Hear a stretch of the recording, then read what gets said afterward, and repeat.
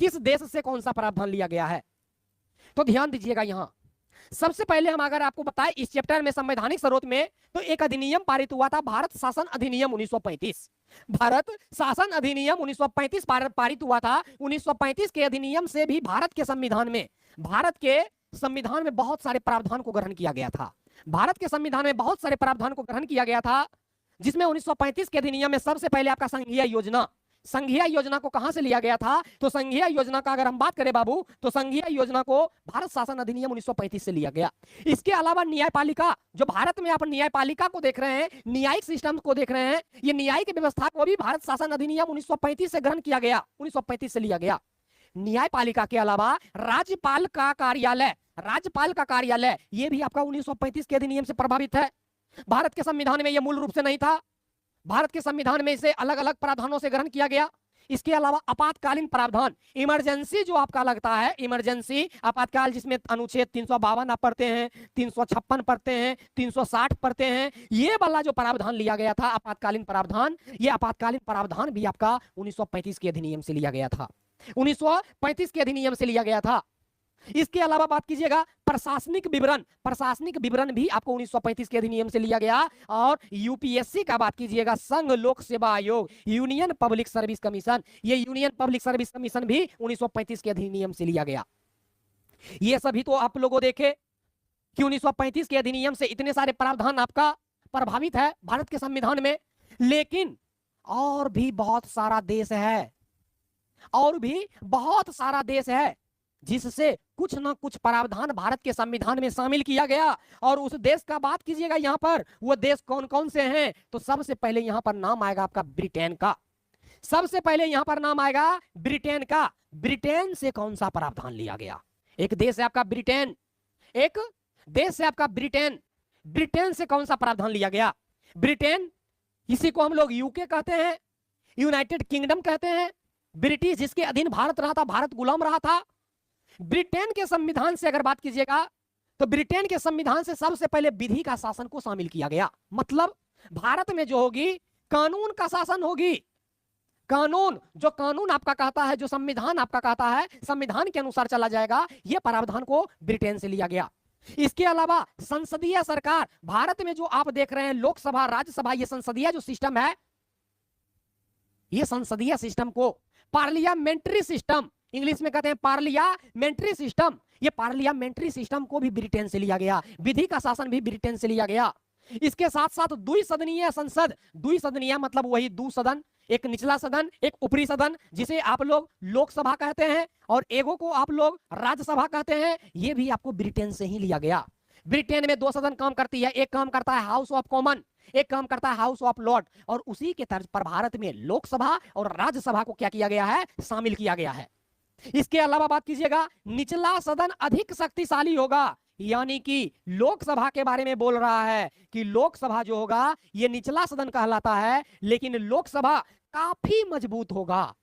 राज्यसभा के अपेक्षा लोकसभा के पास पावर बहुत अधिक होगी।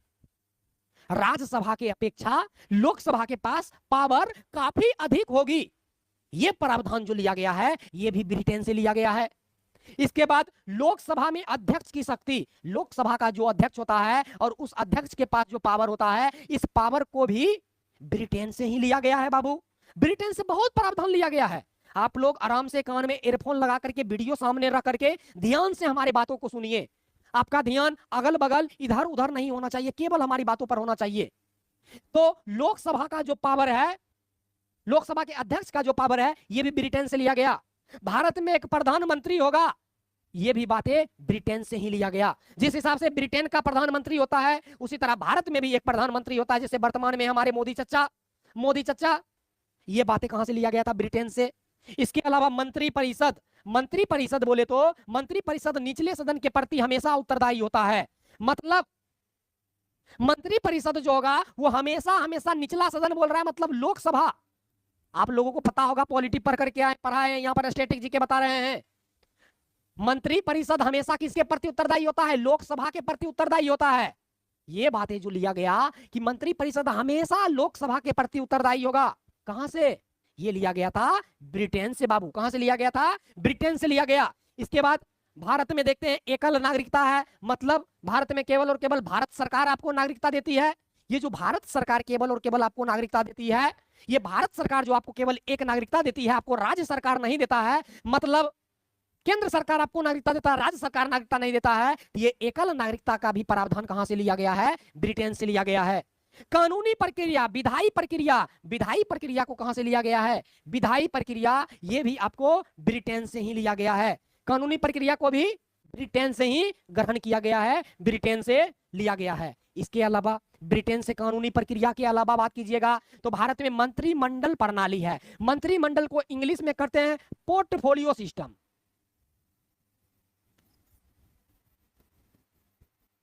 पोर्टफोलियो सिस्टम, मंत्रिमंडल प्रणाली, मतलब भारत में मंत्रिमंडल काम करेगा। लोकसभा, राज्यसभा, राष्ट्रपति, ये सब मंत्रिमंडल के अधीन आता है। संसद जिसको बोलते हैं, ये मंत्रिमंडल व्यवस्था भी आपका ब्रिटेन से लिया गया। इसके अलावा रीट जारी किया जाता है बाबू, देखते होंगे आप, सुप्रीम कोर्ट के द्वारा, हाई कोर्ट के द्वारा। जब लोगों का मौलिक अधिकार का हनन होता है तो सुप्रीम कोर्ट क्या इसमें करता है? सुप्रीम कोर्ट अनुच्छेद 32 के तहत रीट जारी करता है। हाई कोर्ट क्या करता है? हाई कोर्ट अनुच्छेद 226 के तहत रीट जारी करता है। और रीट में विशेष अधिकार होता है, ये विशेषाधिकार रीट जो जारी किया जाता है, ये रीट भी आपका ब्रिटेन से लिया गया है।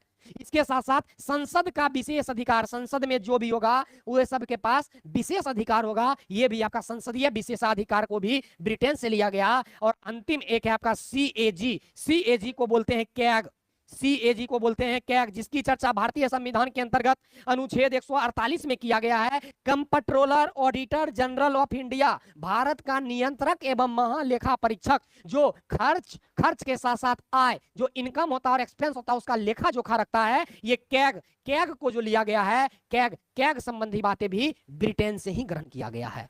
कैग संबंधी बातें भी ब्रिटेन से ही क्या किया गया है? ग्रहण किया गया है। इतने सारे बातों को आप लोगों को याद रखना है। ब्रिटेन से कौन कौन से प्रावधान लिए गए हैं, ये बात आप याद रखिएगा। ये बात आगे बढ़िएगा तो एक देश है आपका जापान। जापान से अगर बात कीजिएगा, जापान से कुछ प्रावधान लिया गया, जैसे विधि द्वारा स्थापित प्रक्रिया। जो कानून आपको कह दिया है, जो कानून आपको कह दिया उसी के अनुसार चलना पड़ेगा जापान। और लिखित संविधान, भारत का एक लिखित संविधान होगा, यानी भारत का लिखा हुआ संविधान होगा। ये बात जो सबसे पहले संविधान सभा के द्वारा सोचा गया था, किस देश को देखते हुए? जापान को देखते हुए। किस देश को देखते हुए? जापान को देखते हुए। जापान को देखते हुए जो है लिखित संविधान के प्रावधान को लिया गया है। लिखित संविधान को देखते हुए जो है ये आपका भारत में शामिल किया गया। जापान के बाद एक देश है आपका अमेरिका, जिसे आप लोग संयुक्त राज्य अमेरिका कहते हैं, यूएसए। संयुक्त राज्य अमेरिका, इसे कहते हैं USA, United state of America. USA का बात कीजिएगा तो अमेरिका से सबसे पहले मौलिक अधिकार जो भारतीय संविधान के अंतर्गत आपको भाग 3 में वर्णित है, और अनुच्छेद देखिएगा 12 से लेकर के 35 तक केवल और केवल मौलिक अधिकार की चर्चा है। यह मौलिक अधिकार को जो लिया गया है कहां से? अमेरिका से। मौलिक अधिकार अमेरिका से। राज्य प्रमुख यानी राष्ट्रपति, भारत का एक राष्ट्रपति होगा। नेटवर्क स्लो हो गया क्या? बफरिंग कर रहा है क्या? मेरे मोबाइल में तो रुक रहा था, अब ठीक हो गया। भारत का एक राष्ट्रपति होगा। ये सबसे पहले बातें अमेरिका के संविधान में था, भारत के संविधान में नहीं था। और भारत के संविधान में शामिल करने के लिए अमेरिका को कॉपी किया गया, और कॉपी करके भारत के एक राष्ट्रपति का पद को शामिल किया गया। यानी जैसे अमेरिका में पेट्रोल पंप है, मतलब डोनाल्ड ट्रंप है, उसी तरह हमारे देश में भी एक राष्ट्रपति होना चाहिए, जैसे भी द्रौपदी मुर्मू जी हैं। इसके अलावा राष्ट्रपति अगर संविधान के अनुसार काम नहीं करती है तो उस पर महाभियोग लगाया जाता है। महाभियोग का मतलब होता है उसको उसके पद से हटाया जाना। राष्ट्रपति को उसके पद से जब आप हटाते हैं, महाभियोग लगा करके हटाते हैं, जिसकी चर्चा भारतीय संविधान के अंतर्गत अनुच्छेद 61 में किया गया है। और राष्ट्रपति पर महाभियोग संबंधी बातें भी अमेरिका से लिया गया। लोकसभा का उपाध्यक्ष अमेरिका से लिया गया। भारत में जो आप सुप्रीम कोर्ट देखते हैं, सुप्रीम कोर्ट को देखते हैं, अनुच्छेद 124 में जो आप सुप्रीम कोर्ट को देखते हैं, ये सुप्रीम कोर्ट अमेरिका को देख करके ही भारत में सुप्रीम कोर्ट को लाया गया, कॉपी किया गया। न्यायिक समीक्षा, मतलब कोई कोर्ट किसी मामला पर न्याय कर दिया है, लेकिन बाद में जाकर के लगा उस पर डाउट कि इसने गलत न्याय कर दिया है, तो उस न्याय को फिर से दोबारा जांच किया जा सकता है। जुडिशियल रिव्यू में हम डाल सकते हैं, जुडिशियल रिव्यू में हम उसको डाल सकते हैं, न्यायिक समीक्षा। ये बातें आपका अमेरिका से लिया गया। न्यायपालिका की स्वतंत्रता मतलब जो जुडिशियरी सिस्टम होगा, चाहे सुप्रीम कोर्ट हो, हाई कोर्ट हो, सबऑर्डिनेट कोर्ट, कोई भी कोर्ट हो, वो किसी के अधीन काम नहीं करेगा। न वो कार्यपालिका के अधीन काम करेगा, न विधायिका के अधीन काम करेगा। न्यायपालिका अपने आप में स्वतंत्र होती है, और यही न्यायपालिका की स्वतंत्रता, अमेरिका में जैसे न्यायपालिका स्वतंत्र है, उसी तरह भारत में भी न्यायपालिका स्वतंत्र है, उसी को कॉपी करके यहां शामिल किया गया है। इसके अलावा सुप्रीम कोर्ट और हाई कोर्ट के न्यायाधीशों को उसके पद से महाभियोग लगा करके हटाना, महाभियोग लगा करके सुप्रीम कोर्ट और हाई कोर्ट के न्यायाधीश को जो हटाते हैं, सेम अमेरिका में जो प्रावधान है उसी प्रावधान को यहां कॉपी किया गया। और अंतिम में उद्देशिका, जिसे आप लोग प्रस्तावना कहते हैं, प्रियम्बल कहते हैं, इस प्रियम्बल को पंडित जवाहरलाल नेहरू ने अमेरिका को देख करके, अमेरिका से कॉपी करके अपने देश में क्या किया था, शामिल किया था। एक देश है आपका फ्रांस, एक देश है आपका फ्रांस। फ्रांस से कौन कौन सा प्रावधान लिया गया? फ्रांस का अगर बात कीजिएगा तो फ्रांस से गणतंत्रात्मक व्यवस्था को लिया गया। गणतंत्रात्मक मतलब क्या होता है? गण मतलब होता है जनता, गण मतलब क्या होता है? जनता।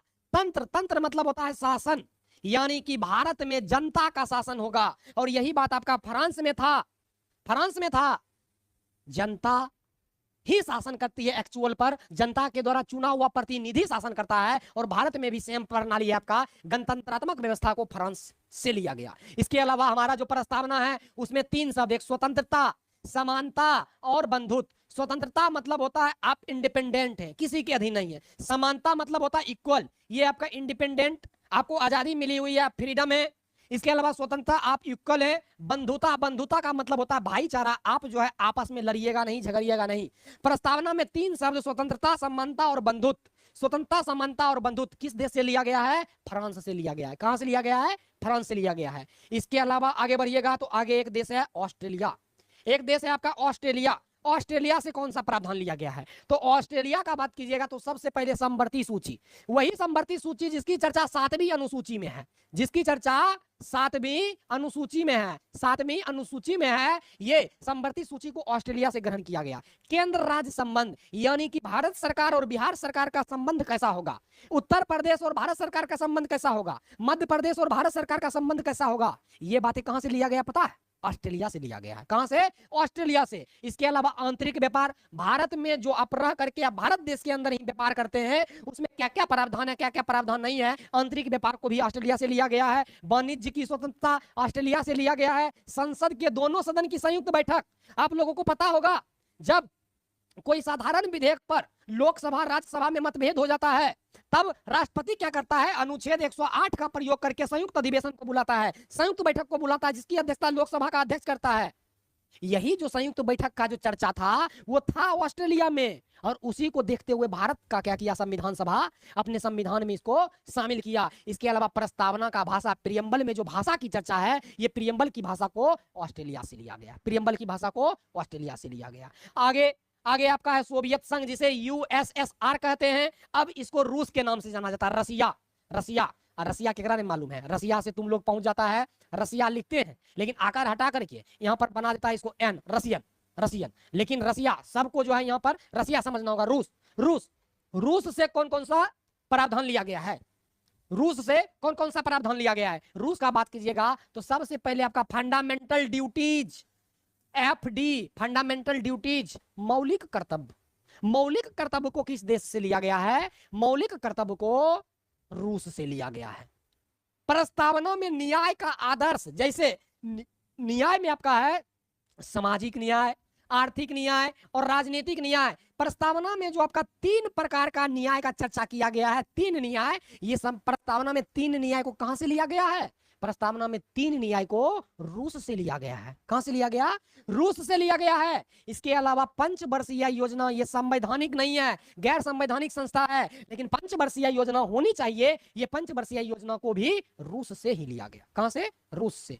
इसके अलावा जर्मनी का संविधान, जिसे हम लोग बीमर का या वाइमर का संविधान, जर्मनी के संविधान को बीमर का संविधान या वाइमर का संविधान कहते हैं। जर्मनी से आपातकाल के दौरान, यानी इमरजेंसी के दौरान इमरजेंसी के दौरान जो हमारा मौलिक अधिकार निलंबित हो जाता है, अनुच्छेद 20 और 21 को छोड़ करके, हमारे मौलिक अधिकार 20 और 21 को छोड़ करके तमाम मौलिक अधिकार निलंबित हो जाते हैं, समाप्त हो जाते हैं, खत्म हो जाते हैं। इस प्रावधान को आपातकाल के दौरान मौलिक अधिकार का निलंबन जर्मनी से लिया गया है। आपातकाल का प्रक्रिया, आपातकाल को लिया गया 1935 के अधिनियम से, लेकिन आपातकाल के दौरान जो हमारा मौलिक अधिकार खत्म हो जाता है, निलंबित हो जाता है, इसको जर्मनी के संविधान से लिया गया। कहां से? जर्मनी के संविधान से। इसके अलावा आगे आपका है दक्षिण अफ्रीका। दक्षिण अफ्रीका से क्या लिया गया है? दक्षिण अफ्रीका का अगर बात कीजिएगा, साउथ अफ्रीका का बात कीजिएगा साउथ अफ्रीका से, तो साउथ अफ्रीका से संविधान संशोधन की प्रक्रिया, अनुच्छेद 368 में संविधान संशोधन की चर्चा है।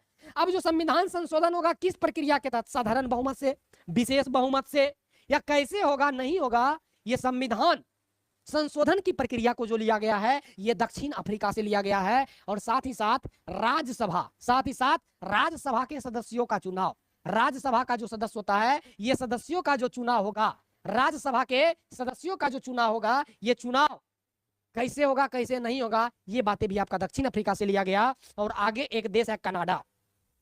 आगे एक देश है कनाडा। कनाडा से कौन सा प्रावधान लिया गया है? कनाडा से कौन सा प्रावधान लिया गया? तो अब यहां पर देखते हैं कनाडा को। कनाडा का बात कीजिएगा तो सबसे पहला मजबूत केंद्र वाला संघ, मजबूत केंद्र मतलब केंद्र सरकार काफी मजबूत होगा, कनाडा से लिया गया है। अवशिष्ट शक्तियां केंद्र में निहित होगी, मतलब जब इमरजेंसी वगैरह लग जाएगा तो उस समय राज्य सरकार का शक्ति छिन्न हो जाएगी और केंद्र सरकार काम करेगी। कनाडा से लिया गया। राज्यों में राज्यपाल की नियुक्ति केंद्र के द्वारा किया जाएगा। बिहार में अगर राज्यपाल का नियुक्ति करना है तो कौन करेगा? बिहार सरकार करेगा। बिहार सरकार करेगा? नहीं, केंद्र सरकार करेगा। कौन करेगा? केंद्र सरकार करेगा, केंद्र सरकार। सुप्रीम कोर्ट एक सलाहकारी क्षेत्राधिकार के अंतर्गत आता है। सुप्रीम कोर्ट का सलाहकारी क्षेत्राधिकार, जैसे सुप्रीम कोर्ट अनुच्छेद 143 और ये क्वेश्चन बिहार पुलिस मद्य निषेध में पूछा हुआ था 17 तारीख फर्स्ट शिफ्ट में कि सुप्रीम कोर्ट राष्ट्रपति को किस अनुच्छेद के तहत सलाह देता है? अनुच्छेद 143 143 के तहत ये राष्ट्रपति को क्या करता है? सलाह देता है, राष्ट्रपति को सलाह देता है। ये प्रावधान भी कहां से लिया गया है? कनाडा से लिया गया। कहां से लिया गया है? कनाडा से लिया गया, कनाडा से। इसके अलावा एक देश है आपका आयरलैंड। आयरलैंड से कौन सा प्रावधान लिया गया है? तो आयरलैंड से एगो इंपोर्टेंट है जो हमेशा एग्जाम में रिपीट होता है, वो है आपका डीपीएसपी। वो है आपका DPSP, directive principles of state policy, राज्य का नीति निदेशक तत्व। राज्य का नीति निदेशक तत्व कहां से लिया गया? आयरलैंड से लिया गया। राज्यसभा के सदस्यों का नामांकन, जो राज्यसभा का सदस्य चुनाव लड़ने से पहले नामांकन करता है, यह भी आपका आयरलैंड से लिया गया। और राष्ट्रपति के चुनाव की प्रक्रिया, राष्ट्रपति का चुनाव कैसे होगा? एकल संक्रमणीय अनुपातिक प्रतिनिधित्व के आधार पर होता है। ये प्रक्रिया को आयरलैंड से ही ग्रहण किया गया। यह था आपका संवैधानिक स्रोत वाला चैप्टर, और संवैधानिक स्रोत आपका होता है समाप्त।